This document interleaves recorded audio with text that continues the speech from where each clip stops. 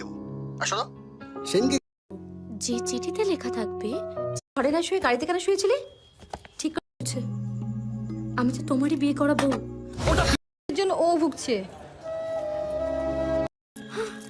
ভেতরে কেন? যা কথা। ও যতদিন বাড়িতে থাকবে আমি এখানেই শোবো। দেবো। আসো সেনকে কিন্তু একটা ভালো দেখে গিফট নিয়ে আসবে।